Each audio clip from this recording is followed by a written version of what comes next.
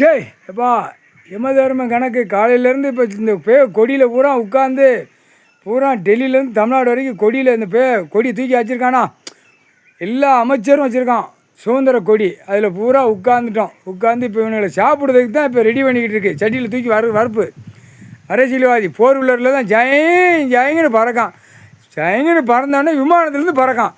அப்போ இந்த கண்டாரோலி மனை அப்படியே பீஸாக போட்டு நல்லா வறுவல்ல பூரா சட்டி வறுப்புக்காரன் கிளியராக போட்டு வெட்டி கால் கை முண்டம் உடம்பு கொழுப்பு எல்லாம் பிரித்து வறுத்து சட்டியில் போட்டு எல்லாம் கிளியர் பண்ணி பூதத்தி அரைக்கி சாப்பாட்டு உணவுக்கு போயிடுவாங்க.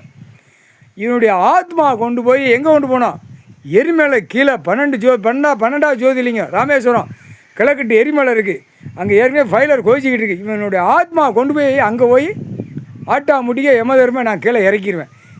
இதோட முடித்து கணக்கை முடித்து அரசியல்வாதியை வேரோட அவன் குடும்ப வாரிசு வரைக்கும் இருக்கக்கூடாது.